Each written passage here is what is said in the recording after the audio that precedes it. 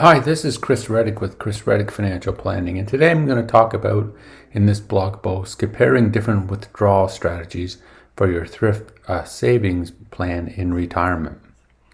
All right, so I'm going to review some of the withdrawal strategies. You can also refer to the link on the blog post of the TSP Withdrawal Manual, which will provide details on what I'm going to outline in this blog post, and different strategies as well. So most of this information is taken from the withdrawal manual. Okay, so what are the first thing you have to understand? What are the questions you need to ask yourself for retirement and the money you have in the TSP? When should I begin withdrawing my money? So figure out, when should I begin withdrawing it? Do I need? Can I put off that decision till later? Do I need the money right away as soon as I retire? So how much do I think things will cost during my retirement? Will things increase in cost? Like right now, inflation is really high, so the cost of purchasing just basic goods and gas has increased, right? So how much will that impact it? Will I have enough income to cover my expenses after I retire? Did you work out a budget?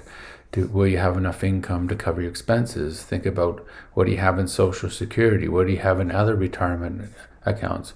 What does your spouse have if you're married? Will my retirement savings last for my whole life? So do you know if what you have in your account will last for your whole life? Do you have perhaps a pension as well that provides lifetime income? So trying to figure out how it all fits together, and a financial planner can help you do that. Do I need to provide income for my dependent or heirs? Okay, so the next thing is, you have a dependent or heirs. Do you want to provide income in the future when you pass along, or in the current, or when you're currently alive? So that's another issue. So these are different withdrawal questions you need to ask when withdrawing money from the TSP. So really, inflation is the biggest threat to any type of retirement. Is that, does your income grow as in the TSP, for example, and through investments?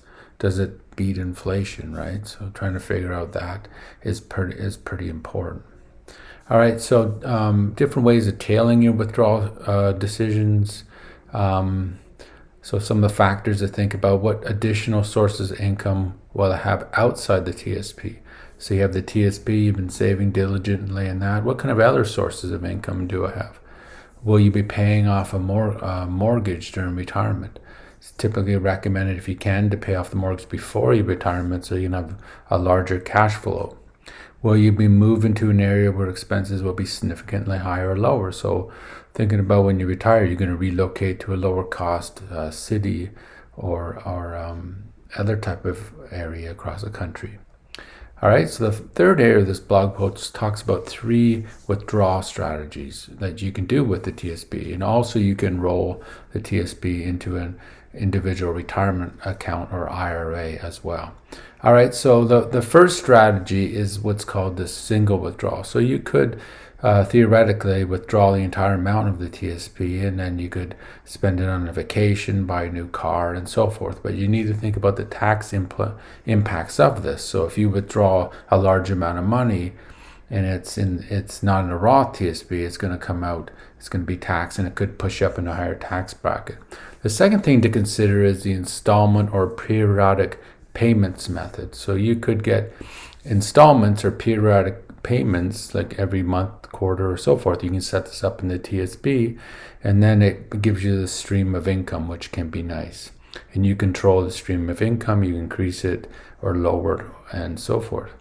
The final thing is, actually, you can purchase an annuity. So you can use a TSP account and purchase a lifetime annuity, and then the TSP currently works with MetLife. So what does an annuity mean? It means lifetime monthly income, and then perhaps a survivor's benefit. But be careful with annuities. It can be very expensive, so you need to really read the fine print. Okay, so annuity is similar to your FERS pension, if you have that as well. So there's all these other resources I put on this blog post, such as a calculator that you can use to calculate the TSP, and looking at the different withdrawal strategies. Hope you found this blog post useful. Reach out to me and schedule a time and we can chat and look how the TSP fits into your retirement goals. Have a great day.